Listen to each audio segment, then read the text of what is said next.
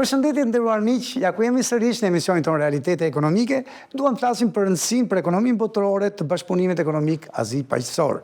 Kemi nderin të kemi sot në studio profesori asociuar doktor Klodian Muço, dekani i Fakultetit Ekonomik, Universiteti Zonja e Këshillit të Mirë, ekspert i njohur i ekonomisë sonë. Profesor Muço, faleminderit që erdhët dhe mirë se vini në studion tonë. Faleminderit juve edhe një herë për ftesën.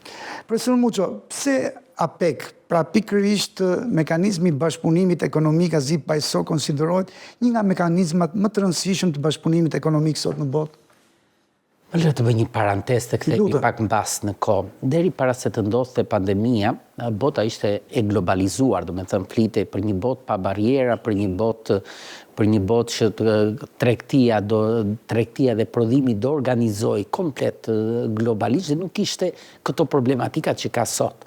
Pas pandemisë filluan luhatjet e para, do të thënë që vendosën pyetjet e para mbi ekonominë globale, në vijim pastaj për arsye të ndryshimit të disa politikave nga Shtetet e Bashkuara të Amerikës, tarifat e të tjerë nxorën në pa problematikat se sa diversitet ka ndërmjet shteteve. Pra, ajo ideja që secili të organizoj prodhimin në varësi të kapaciteteve produse dhe avantazheve krahasuese ato teoritë që të 1800-s, duke sikur nuk funksiononin më. Kështu që bota filloi të vendosin në pikpyetje edhe ato marrëveshjet e famshme të organizatës botërore të tregtisë së lirë. Pra u vendosën në pikpyetje nga një nga aktorët kryesor, por një nga themeluesit edhe të asaj organizate. Kështu që sot që ne po flasim, shumica e ekonomistëve në botë vendosin janë gjithsesi të bindur që bota mund të zhvillohet vetëm në një bashkëpunim gjithmonë më të gjerë dhe gjithmonë më të globalizuar. Kështu që në të tilla kushte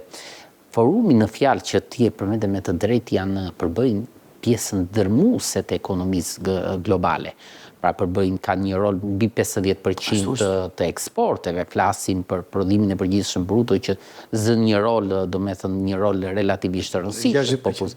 Popullsia e tyre është po ashtu përbën pjesën dërmuese të popullsisë së botës, kështu që në thelb në vetvete përbëhet flasim për një forum që akoma vazhdon akoma të ketë ato principet e bashkëpunimit të ndërsjellë dhe tregtisë së lirë. Ky forum, i dashur profesor, dhe vetë APEC-u, si mund të ndihmojnë dhe ndikojnë në ruajtjen e tregtisë së lirë në një kohë të rritjes së proteksionizmit? Ju e thatë që një nga themeluesit kryesorë të Organizatës Botërore të Tregtisë në botë, si thua, u largua nga radhët dhe filloi proteksionizmin agresiv. Për gjatë viteve më është dashur të studioj gjithmonë ekonominë dhe ekonominë ndërkombëtare. Në thelb proteksionizmi ka sigurisht shumë ekonomistë që mendojnë që proteksionizmi mund të jetë një formë shumë e mirë për të zhvilluar ekonomikisht një vend, por që në thelb në vetvete pjesa dërmuese e ekonomistëve që studiojnë të themi zhvillimin ekonomik global apo ekonominë ndërkombëtare janë të idesë që marrëdhëniet e ndërsjellta, shkëmbimet e ndërsjellta, specializimi tregtar i ndërsjelltë apo specializimi i prodhimit i ndërsjelltë çon drejt një zhvillimi të qëndrueshëm afatgjatë. Sot jetojmë në një botë që distancat po shkurtohen në mënyrë të vazhdueshme, shkurtohen nga infrastruktura, shkurtohen nga teknologjia që bën më të shpejt transportin, shkurtohen nga le të themi nga shkëmbimet e njerëzve në qoftë se të specializimit me profile të caktuara. Kështu që në thelb në vetvete bota duhet të jetë pa proteksionizëm që të kemi zhvillim dhe në një forum ku le të themi ndoshta nuk është në atë modelin e Organizatës Botërore të Tregtisë së Lirë, po është më tepër si një forum që prej dekadash tashmë ka funksionuar më së miri komunikimin e ndërsjellë ndërmjet këtyre shteteve, kam përshtypjen që mund të lozë një rol shumë të rëndësishëm, sepse vetë vendet që bëjnë pjesë kanë një rol shumë të rëndësishëm në ekonominë globale.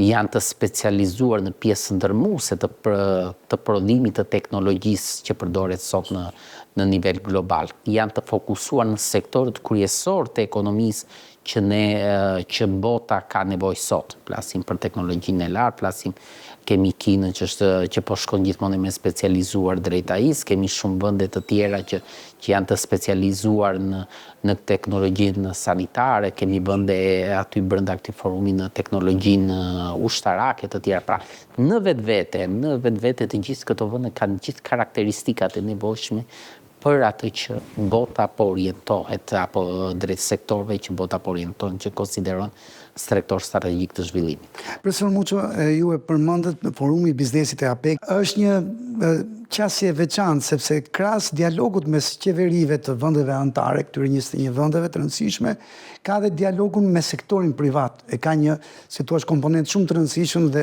aktor të rëndësishëm të forumit dhe të aktiviteteve. Ai duket që për shkak të kësaj qasje ka një hapësirë reale për ndikuar në politikat ekonomike dhe në bashkëpunimin ndërkombëtar tregtar. Sigurisht që po, ne jemi po të vësh re fatos në kohët e fundit, edhe presidenti i Shteteve të Bashkuara në vizitat e tij të fundit ka qenë gjithmonë i shoqëruar edhe me, le të themi, me ata, me sipërmarrësit kryesor të vendit. Pra, ideja është që sot diplomacia ekonomike, sepse në fund të ditës flasim për diplomaci ekonomike, nuk zhvillohet vetëm ndërmjet shteteve, po ka shumë nevojë për sipërmarrësit, sepse sipërmarrësit janë aktorët kryesor të zhvillimit ekonomik të një vendi.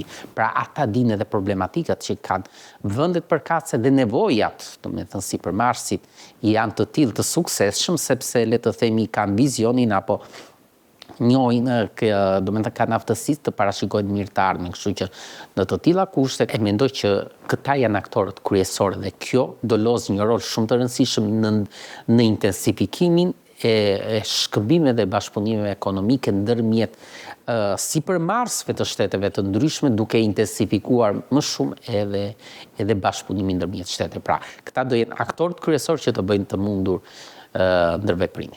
Profesor Muço, si mund të kontribuoj forumi i biznesit në forcimin e zinxhirëve global të furnizimit? Ju e përmendët që në përgjigjen e pjesës së parë, pyetjes së parë, që pas pandemisë këto zinxhir global furnizimi sikur u bllokuan ose u deformuan, çfarë zgjidhjesh mund të propozoj për të rritur rezistencën dhe diversifikimin e tyre? Flasim për vende që kanë një diversitet relativisht të madh edhe në aspektin gjeografik, edhe në aspektin klimatik, edhe në aspektin le të themi të rezervave që kanë për te aspektit që çfarë është le të themi çfarë përdojnë. Kështu që në të tilla kushte, ajo që është vënë re në vitet e fundit ka një rishikim të konceptit të bashkëpunimit ndërmjet shteteve. Duke qenë që këto shtete janë të pasura, le të themi, me minerale të ndryshme që po kthehen le të themi në inputet kryesore të zhvillimit të teknologjive të reja. Flasim për vende që kanë shumë të zhvilluar sektorin energjetik, që është, le të themi, sektori së armët, ku rritja konsumit po shkon drejt më tepër. Flasim për vende që janë shumë të zhvilluar në prodhimin e mikrochipave, që përsëri janë, le të themi, produkte apo inpute që shumë të rëndësishme për outputet finale të sotme, por dhe të ardhmen. Kështu që shkëmbimet e tyre mund të, le të themi, apo në zinxhirin global zinxhirin global të shkëmbimit të materiale. Në fakt, vendet në fjalë, jo vetëm që kanë raporte ndërmjet tyre, por kanë raporte edhe ndërmjet shteteve të tjera. Pra, mund të përdoren, domethënë, raportet ndërmjet vendeve që përbëjnë forumin, mund të shërbejnë si ura, le të themi, ura bashkëpunimi me vendet e tjera të Bashkimit Evropian, të Europës në tërësi, të Amerikës e të tjerë, për ta bërë sa më, le të themi, sa më të globalizuar efektet e forumit. Si mund të ndikojë, profesor, APEC dhe forumi i biznesit në zhvillimin e ekonomisë digjitale? Ju e përmendët pak sektorin e inteligjencës artificiale dhe sidomos zhvillimin që ka marrë ky sektor në Kinë. A do të ketë nisma konkrete sipas jush për tregtinë elektronike, inteligjencën artificiale dhe transformimin teknologjik? Bota në kohët e fundit, për te aspektit që është rritur, domethënë, popullsia në fakt, e gjitha në vetvete me përjashtime të vogla po vuan nga një plakje popullsisë nga një mungesë e theksuar e burimeve njerëzore të kualifikuara.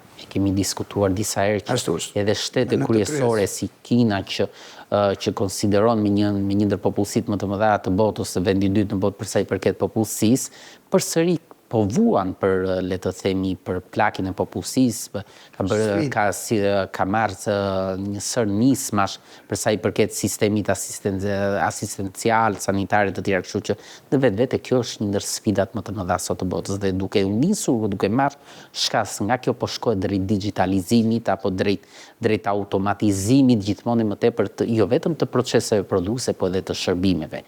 Përdorimi i inteligjencës artificiale në këtë fakt shërben si një lef, shërben si një, le të themi, si një katalizator për ta çuar edhe më tej këto nisma. Kështu që duke marrë, duke nisur nga fakti që vendet aziatike që bëjnë pjesë të këtij forumi janë edhe vendet që kanë qenë pionerët e teknologjisë, kanë qenë vendet kryesore për sa i përket zhvillimit teknologjik të elektronikës, që ti e përmende me të drejtë, po të kemi parasysh për të kaluar të inteligjencë artificiale nga një raporti i hartuar nga Mario Draghi për sa i përket Bashkimit Evropian, nxirrte në paqë nga 100 kompani, nga 100 kompani të reja për çdo 100 kompani të reja në AI, një ishte vetëm europiane, 99 ishin kineze dhe amerikane, që tregon që Kina nga një anë, po jo vetëm edhe vendet të tjera të Azisë, janë shumë të zhvilluar në këtë aspekt, në këtë sektor. Kështu që kam përshtypjen vetë karakteristikat e vendeve që kanë qenë shumë të zhvilluar në këto sektor që ti përmende, do të bëj të mundur edhe për ta çuar edhe më tej këtë, le të themi, këtë inovacion apo këtë zhvillim. Pa harruar dhe pa marrë në konsiderat faktin që vendet në fjalë të përmendim Kinën ku do zhvillohet forumi, por jo vetëm, janë shumë të pasur me mineralet e ralla, po jo vetëm territori i tyre, po dhe territore që kontrollojnë nëpër vende të tjera. Dhe kjo e bën në një farë mënyre shumë të rëndësishme për të ardhmen. A do të adresojnë, profesor, sfidat e tranzicionit të gjelbër në këtë forum dhe çfarë ndikimi mund të ketë gjithë struktura e APEC në klimën globale të investimeve? Sot është konfliktet e fundit në lindjet të mesme që urojnë të marrin fund për gjithmonë. Konflikti në Ukrainë zori në paqë që bota nuk është më sigurt si më parë. Nga një anë ndryshimet klimatike, po të kemi parasysh kostot që gjenerojnë ato për njerëzimin, bëjnë që sfida më e madhe sot e botës është që si të bëjmë të mundur nga një anë të ruajmë planetin tonë, sepse po konsumojmë gjithmonë më tepër rezervat të tij dhe popullsia po bëhet gjithmonë më agresive ndaj natyrës, dhe kështu që kjo është një ndër sfidat më të mëdha. Energjia gjelbër, do me thënë ruajtja e natyrës, e kemi parë së fundmi edhe në Shqipëri, kështu që kjo është një ndër sfidat më mëdha. Por nga ana tjetër, edhe është dhe pjesa e konflikteve, kështu që një kombinim i këtyre dy problematikave drejt një zgjidhje vetëm sepse flasim në fund të ditës për një forum bashkëpunimi që ka tashmë disa dekada, në mos gabojmë mbi 3 dekada. Po, që kështu që në të tilla kushte kam përshtypjen që do urojmë. Kina e ka pasë në sfida në planin 5 vjeçar të 16, në mos gabojmë, kishte do me thënë si fokus kryesor energjinë e gjelbër dhe ruajtjen e ndryshimit klimatik, pra më tepër kujdes ndaj ambientit, që kam përshtypjen që edhe kësaj here do të më uroj që në këtë formë do t'ja dalin që ta shtyjnë edhe më tepër këtë nismë. Pasi natyra është e të gjithëve. Ashtu është, prona jona. Pyetja e fundit për këtë intervistë bisedë sot, profesor Muço, a mund shërbeja APEC dhe forumet e tij që përmendët gjerësisht si model për bashkëpunimin në shumë palësh rajonal? Çfarë mësimesh mund të nxjerrim nga organizatat e tjera? Pra mund të nxjerrin organizatat e tjera rajonale nga mënyra se si funksionon APEC? Një forum i ngjashëm ka qenë organizata botërore e tregtisë së lirë deri diku, nëse mund ta krahasojmë. Për sa i përket qoftë nivelit të shtetit, pavarësisht se OBT-ja ka më shumë shtete, por në nivelin e popullsisë apo të rolit që të ekonomisë normalisht janë të ngjashme. Kështu që ka treguar që nga 48-a e deri në vitet 2000, përtej sfidave që ka pasur ekonomia globale, ka nxjerrë në parë që këto organizata apo këto forume funksionojnë, i afrojnë vendet, e rritin mirëqenien e qytetarëve.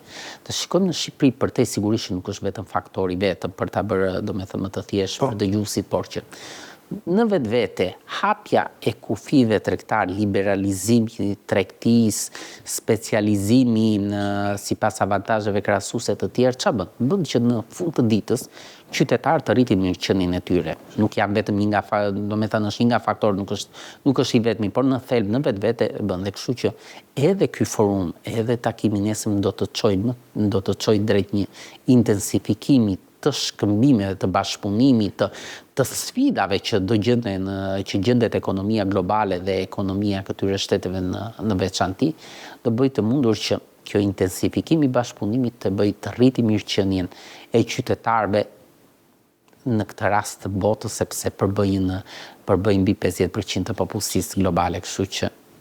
Profesor Muço, faleminderit shumë për këtë intervistë sot. Faleminderit juve dhe një për ftesën. Të nderuar miq, faleminderit që na ndoqët dhe mirupafshim takime të ardhshme.